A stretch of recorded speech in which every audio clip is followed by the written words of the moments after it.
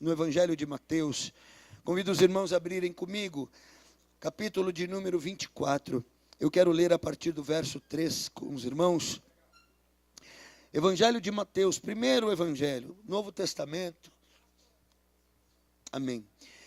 Evangelho de Mateus, capítulo de número 24, verso de número 3 em diante, mesmo assentados, mas com toda a reverência, a leitura da palavra do Senhor, que diz assim: No Monte das Oliveiras achava-se Jesus assentado quando se aproximaram dele. Os discípulos em particular lhe pediram: Dize-nos quando sucederão estas coisas e que sinal haverá da tua vinda e da consumação do século. E ele lhes respondeu: Vede que ninguém vos engane, porque virão muitos em meu nome dizendo: Eu sou o Cristo, e enganarão a muitos, e certamente ouvireis falar de guerras e rumores de guerras.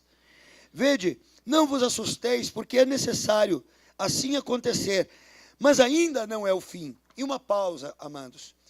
Eu quero ler e já comentar algumas coisas, queridos, porque a palavra do Senhor aqui diz que chegando os discípulos de Jesus, e em particular, tendo uma conversa com ele, lhe fizeram uma pergunta muito específica: Senhor, o que é que vai começar a acontecer? Quais são os sinais que precederão e que certificarão, Senhor, acerca de tua vinda? E mais, que nos certificarão acerca da consumação do século. Consumação do século, amados, significa o fim do mundo. Ou seja, os discípulos estavam preocupados e queriam saber acerca de quando aconteceria, mas não sendo possível exatamente saber quando aconteceria, o que é que aconteceria um tempo antes, que lhes pudesse então alertar acerca da proximidade do fim do mundo, do fim dos séculos, do encerramento da vida humana. Amados, e Jesus disse acerca disso: primeiro, olha que interessante, vede que ninguém vos engane. Por quê, amados?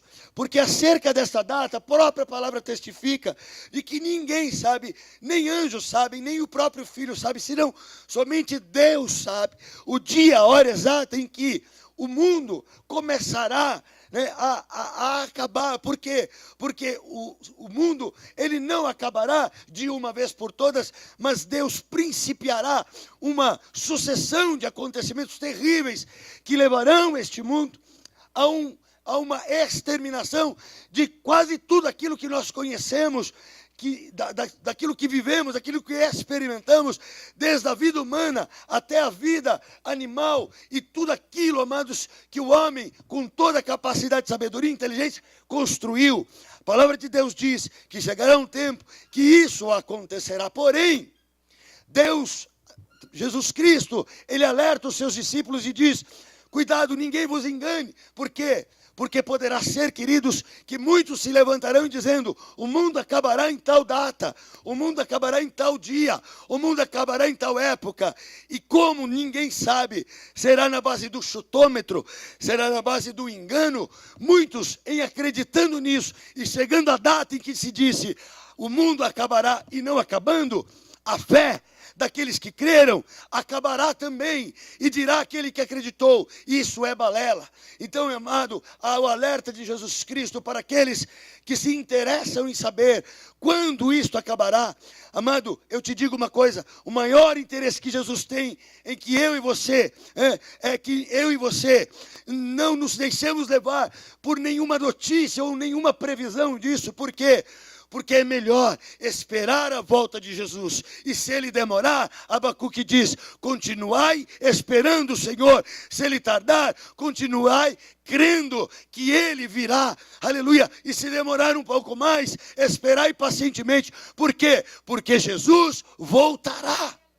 Porque se nós crermos em ditos fantasiosos, em profecias mentirosas, em épocas que se cogita no coração do homem, e nós afiançarmos a nossa fé nessa volta, e em não acontecendo, nós poderemos entrar num processo de incredulidade, acreditando que ele vinha e não vindo. Nós diremos assim no coração: isso tudo é fábula. Amém? Então Jesus nos alerta. E ele diz ainda mais, porque virão muitos em meu nome dizendo, eu sou o Cristo, e enganarão a muitos. Cristo significa o ungido de Deus, o Salvador, aquele que foi enviado especificamente por Deus para poder trazer com ele, com o Cristo, o principado da libertação, aleluia, o governo da redenção, aleluia, mas isto está só em Cristo Jesus. Porém, o diabo, para poder confundir a mente de muitos, dirá, eis ali o Cristo, eu sou o Cristo, eu sou a porta da redenção. E Deus, através de Jesus Cristo, dizendo aos discípulos dele, tomem cuidado, porque virão muitos, não serão poucos, mas muitos, de diferentes formas, fantasiosas, imaginárias, e muitas vezes até, queridos, travestidas de versículos e conceitos bíblicos. Porém, amados, virão para enganar a muitos, para tirar o foco de Cristo. Jesus é um só, Cristo é um só, Deus é um só, e a Ele, aleluia, e nele acrediteis, aleluia, e nele, aleluia, ponhais a vossa confiança, nele esperai confiadamente. Nada e ninguém, força humana, força ideológica, filosófica, nesta vida, nada e ninguém pode ou poderá substituir o Cristo, porque Ele é o único, Ele é o fiel, Ele é o verdadeiro. Nele está o poder de libertar cativos, de curar enfermos, de expulsar demônios e de dar o acesso, o livre acesso, o gratuito acesso à vida eterna. E esse Cristo está aqui nesta noite. Aleluia, não vos deixeis enganar por aqueles que se dizem ser o Cristo, por aqueles que se dizem ser a solução de todos os problemas, por mentirem descaradamente em abrir um evangelho e dizer, este evangelho vos livrará de todos os dilemas, de todas as lutas. Mentira, porque o evangelho diz, aleluia, que se você entregar a sua vida a Jesus, você não será livre dos seus problemas, eles acontecerão, os problemas talvez até aumentem, mas ele garante que o próprio Senhor estará do teu lado, para combater com você as lutas da tua vida. Então, é uma companhia eterna, de um poder todo-poderoso, que pode todas as coisas. Entregar a vida para Jesus é crer na vida eterna, mas viver, aleluia, esta vida, ou o resto da vida que você tem para viver, tendo ao teu lado Jesus, o Cristo, aleluia, e Ele é fiel e poderoso para sustentar você em todas as tuas lutas, que virão sim, mas o Senhor promete que muitas serão as aflições do justo, mas delas o Senhor ajudará você e te livrará em nome dele mesmo, em nome de Jesus. Amém? Então essas eram as instruções que Jesus dava. E ele diz mais, e certamente ouvireis falar de guerras e rumores de guerras. Vede, não vos assusteis, porque é necessário assim acontecer, mas ainda não é o fim. O que precede a volta de Jesus Cristo, amado, é um panorama que inclui guerras, rumores de guerras e guerras de fato. Notícias de guerra, ameaças de guerras. Amados, e Jesus aqui então deixa muito claro que um dos fatores, uma das manifestações que acontecerão na terra e que gerarão em nós uma certeza de que Jesus está voltando, são essas tais guerras e rumores de guerras. Por quê, amados? Porque Deus, através de Jesus Cristo, nos promete levar, depois desta vida, para um lugar onde lá não haverá mais guerras. E, portanto, Ele permite que durante esta vida humana, nós vivenciemos guerras e ameaças de guerras, o tempo todo, para que, vivenciando, experimentando as guerras, e o poder livrador, o poder da paz de Deus, que excede todo entendimento, se manifestando em nosso coração, nós possamos crer ainda mais nesta vida eterna, e mais, aguardar ainda mais, desejar ainda mais esta vida eterna. Se você hoje vive problemas, guerras na tua casa, se você hoje vive problemas no teu casamento, normal, a Bíblia já previa isso. Se você é constantemente ameaçado por guerras, como desemprego, é ameaçado por guerras, como, por exemplo, enfermidades. Se você está vivenciando hoje problemas de relação pessoal com alguém, se você hoje tem vivido perseguições, se você hoje está em guerras que te desonram, que te humilham,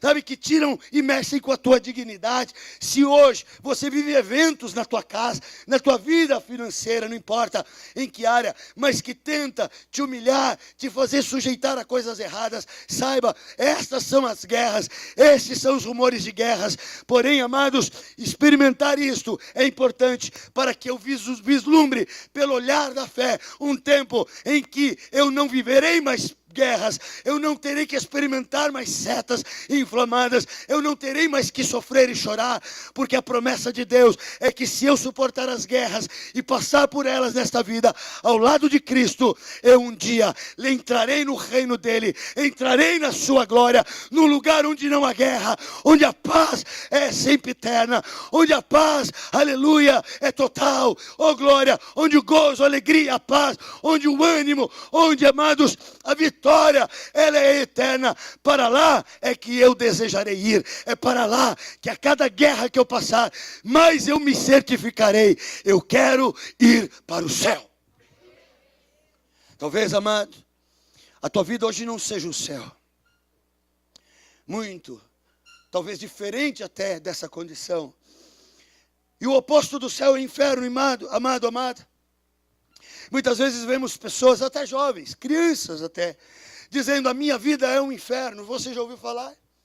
Alguém já te disse, num desabafo, choroso, a minha vida é um inferno? Quem aqui já não ouviu alguém dizer: a minha vida é um inferno? A minha vida se tornou um inferno, não é verdade?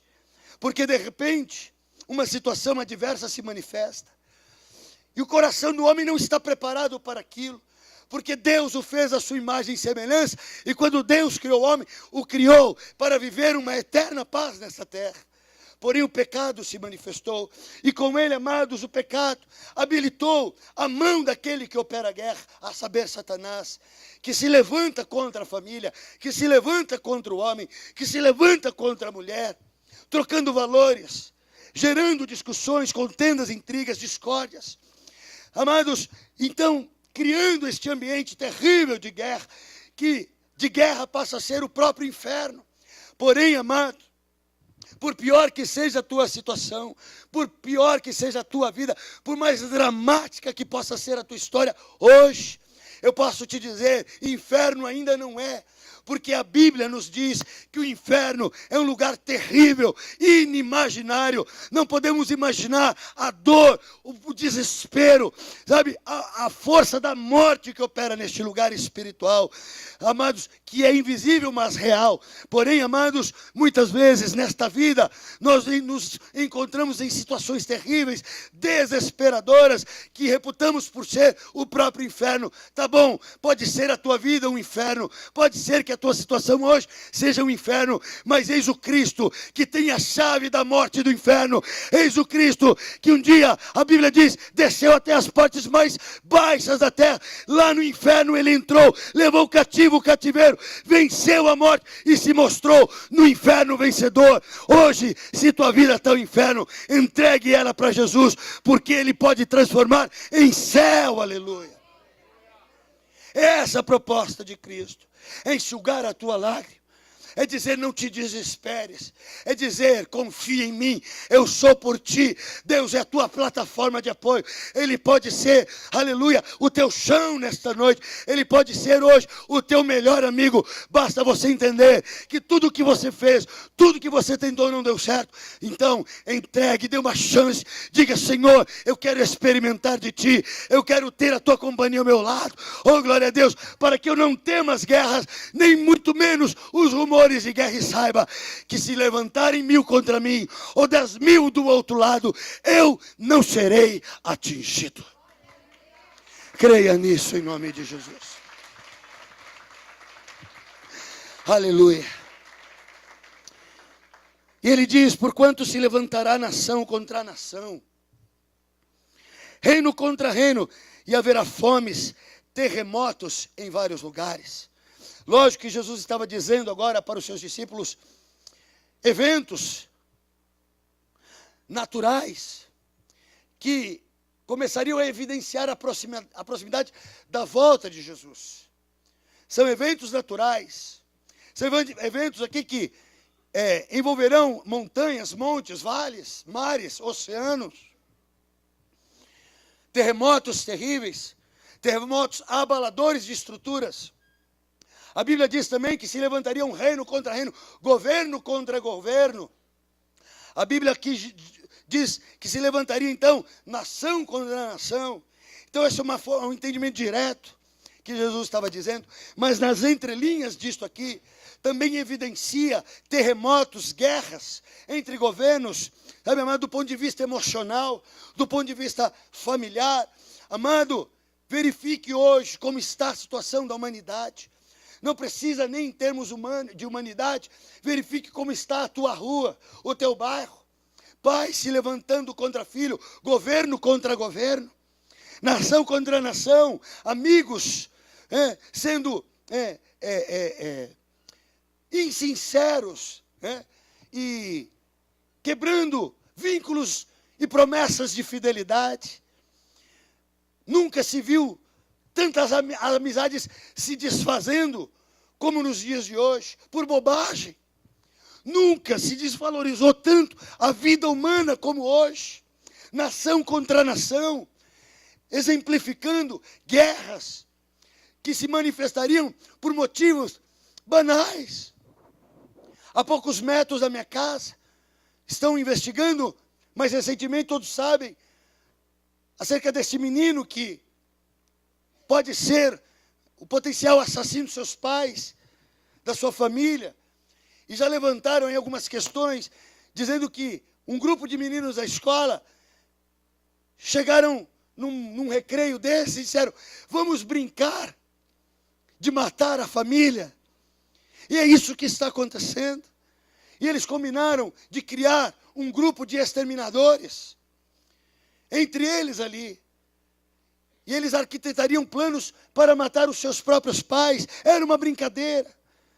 Mas provavelmente dentre estes, alguém deles levou a sério.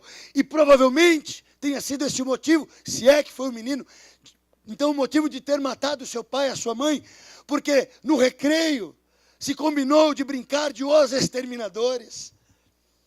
Amados, veja como o mal está potencializado. O mal, amados, governo contra governo, nação contra nação. Homens de 40 anos de idade, tendo desejo sexual por bebês de 6 meses. Um pai, tendo desejo sexual por sua filha, e estuprando, e gerando nela 4 ou 5 filhos, como recentemente saiu aí nos jornais. Mulheres que sabem que suas filhas estão sendo abusadas pelo homem que ela colocou dentro de casa, mas permite. É isso que nós estamos vivendo. Esse tipo de estrutura familiar que está sendo abalada por esses terremotos de Satanás. É este o governo que o diabo está implantando neste mundo. Destituir governos, não impedir que as pessoas reconheçam o governo. Este é o governo do inimigo. Depor contra o governo. Tirar as estruturas da obediência, da educação, do amor, da sensibilidade. Então, queridos, vejam, terremotos sociais, terremotos familiares, terremotos emocionais. Nunca se viu mulheres, principalmente mulheres, morrendo por causa de depressão. Homens se atirando de pontes, dando tiro na cabeça, tirando a própria vida por causa da depressão vinda de uma situação financeira adversa. Quando há pouco tempo os meus avós, os teus avós, quando passavam por lutas financeiras, se aproximavam mais de seus pais, de seus filhos, se aproximavam mais de suas esposas. Hoje, diante de uma questão financeira adversa, os casais se separam, se desajustam, perdem interesse um pelo outro, reputam o seu lar como o pior lugar desta terra, e para lá não querem ir, e só vão quando sabem que suas esposas já dormem, e invariavelmente chegam bêbados, porque os terremotos sociais, emocionais, espirituais, estão tirando do homem o senso da sua responsabilidade, gerando no coração deles o desejo do pecado, do erro, da injustiça, da riqueza a qualquer preço. Então, amados, Jesus hoje nos levanta como igreja para levantar um alerta. Jesus está voltando, porque os sinais, porque aquilo que mostra, que evidencia, só não acontece não somente nas esferas naturais, porque terremotos estão acontecendo, não estão, igreja? Se você é um pouco antenado, se você gasta pelo menos 10 minutos para ouvir alguma notícia no jornal, basta para você entender que os terremotos estão acontecendo. As secas estão potencializadas. Há países que já estão sem água potável para beber. Amados, nos bastidores das grandes potências, já existem planos para tomar posse de países ricos em rios, em água potável. Porque, amado, existem projeções terríveis a respeito de uma iminente falta de água. Os recursos naturais estão acabando. Então Jesus me levanta hoje para te dizer, alerta, porque Jesus está voltando. E a palavra do Senhor continua dizendo, porém tudo isto é o princípio das dores. Amados, se toda essa desgraça que já vivenciamos e experimentamos é somente o princípio das dores, o que é que vai acontecer quando a dor de fato começar a acontecer nessa sociedade? Portanto, ele diz, então sereis atribulados e vos matarão, sereis odiados de todas as nações por causa do meu nome. Nesse tempo, muitos hão de se escandalizar, trair e odiar uns aos outros. Existe traição, amados, hoje em dia? Alguém que disse muita, põe muita nisso. Há ódio, amado, entre pessoas. Basta você entrar no busão 6 horas da manhã. A disputa odiosa por um lugar para sentar. Oh, meu Deus. Esses dias eu não acreditei, amados. Eu estava no ônibus, lotado. E uma pessoa começou a mexer na bolsa. E quando começa a mexer na bolsa, tu já começa a se preparar. Você prepara todos os músculos que você tem no corpo. Porque vai ser guerra. Esse lugar é meu e ninguém tasca. Não é? E a pessoa, então, fez menção de começar a sair. Bom, eu me preparei. Olhei para um lado, olhei para o outro. Não vi nenhuma senhora de 190 anos para poder dar lugar. Não tinha ninguém ali com 190 anos. Falei, né? Não vou precisar ser.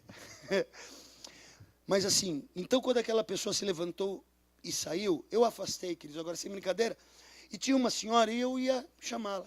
Quando me aparece uma perna, eu não acreditei. A perna veio do meio do corredor, amados.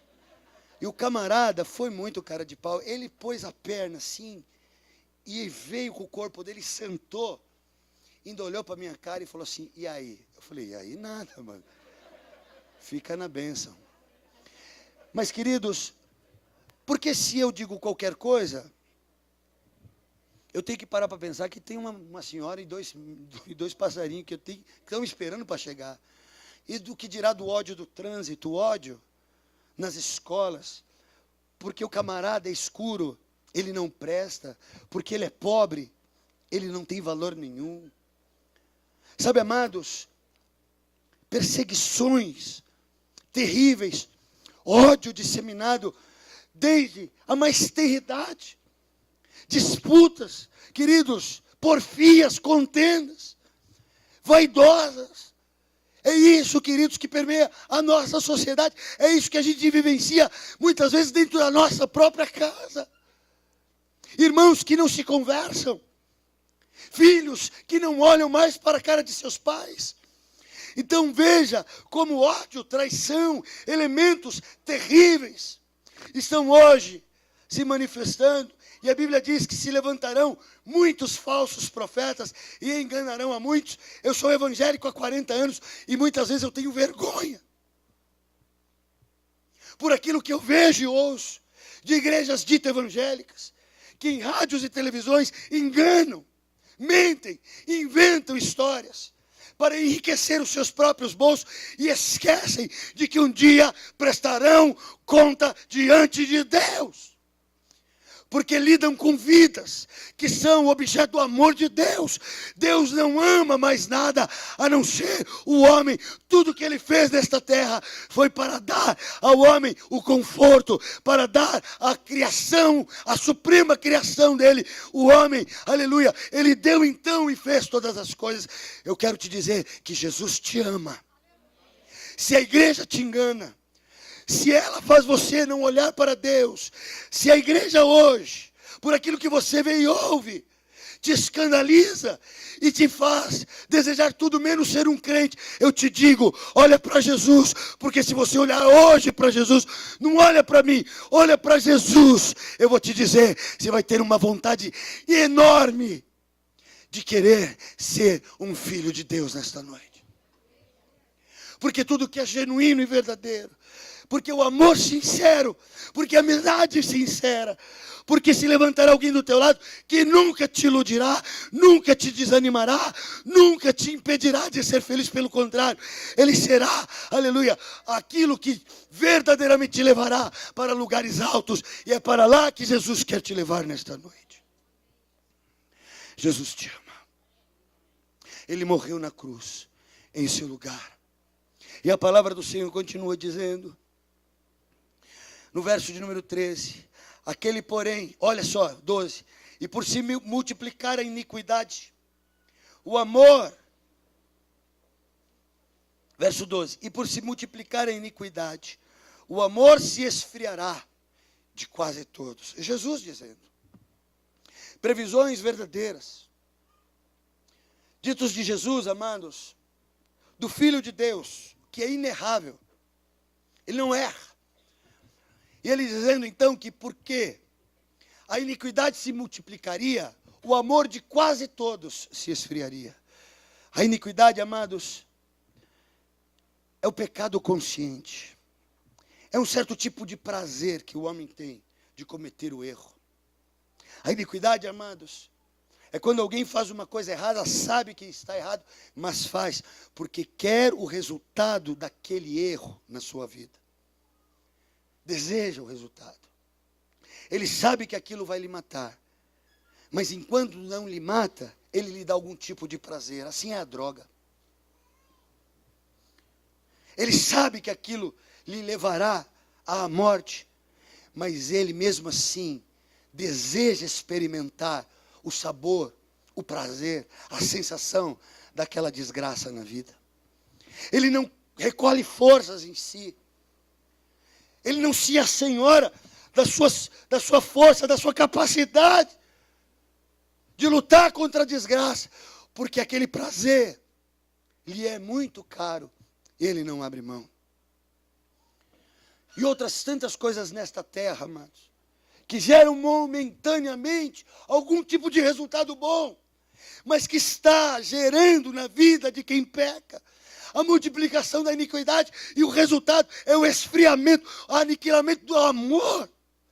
E é por isso que um camarada se apaixona por sua esposa, se apaixona terrivelmente a ponto de dizer, casa comigo, e ela se casa, e passados anos, a multiplicação da iniquidade no coração dele, passados anos, lhe rouba o amor por ela, e ele facilmente encontra uma amante, facilmente se esquece da mulher da sua vida, e agora em nome de um prazer mundano qualquer, se entrega aquilo, e o amor pela sua esposa, sua casa, se esfria, e ele vai embora de casa. Talvez você conheça muitos, principalmente mulheres, que foram abandonadas repentinamente por um camarada. Sabe o que aconteceu? A multiplicação da iniquidade no coração dele lhe fez ter o amor esfriado. E é por isso que o mundo está desta forma. A iniquidade se multiplica nesta terra. Consequência, o esfriamento do amor. O amor pelas coisas criadas por Deus e o amor pelo próprio Deus. Antes de ontem nós estivemos ali na antiga Cracolândia, que, amados, achava que estava melhor, mas continua, infelizmente, populosa. Amados, é terrível passear ali. Rua Glete, Dino Bueno, aquelas cercanias todas ali. Eu parei meu carro ali porque tinha que fazer um orçamento mais para frente, não tinha lugar para estacionar lá, parei ali. E eu fui a pé, a pastora Roseli estava comigo, ela ficou ali num lugar que é um Sesc me esperando, e eu fui lá, e fui olhando em meu redor, o cheiro terrível de dejetos humanos feitos à luz do dia.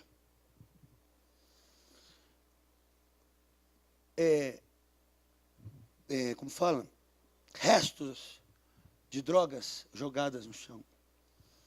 Quantidades enormes de camisinhas usadas em relações sexuais, que eu não sei nem como se consegue fazer, de tão imundo que são, infelizmente. Olha a condição que o diabo leva o homem. Jovens, crianças, moças e moços. E lá no meio, crentes que deixaram seus corações serem inundados de pecado e iniquidade, e que foram resfriando o seu coração em relação a Deus, e o seu amor em relação a outras coisas, e pessoas diminuindo, congelando a ponto de secar. E agora, muitos deles lá,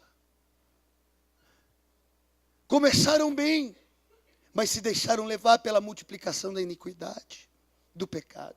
Esfriamento de amor, abandono de filhos, abandono de pais em asilos.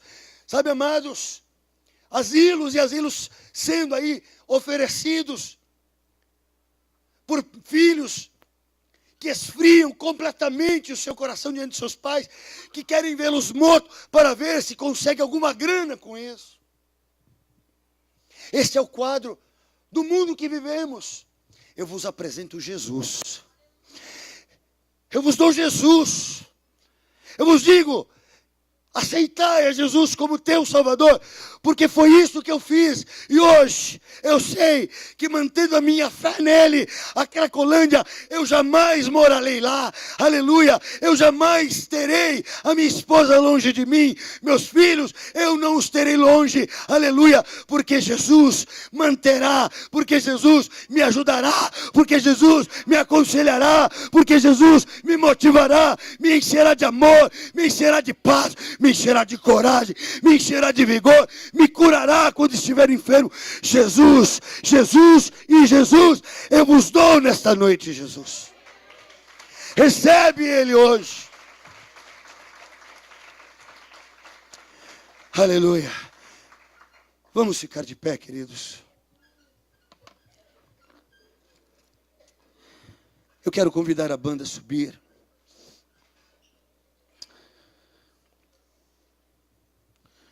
E a Bíblia diz, aquele porém, crente em Cristo Jesus, dá um glória, por favor. Porque a Bíblia diz, aquele porém. Aquele porém, contudo, entretanto, aleluia. Talvez você seja uma exceção.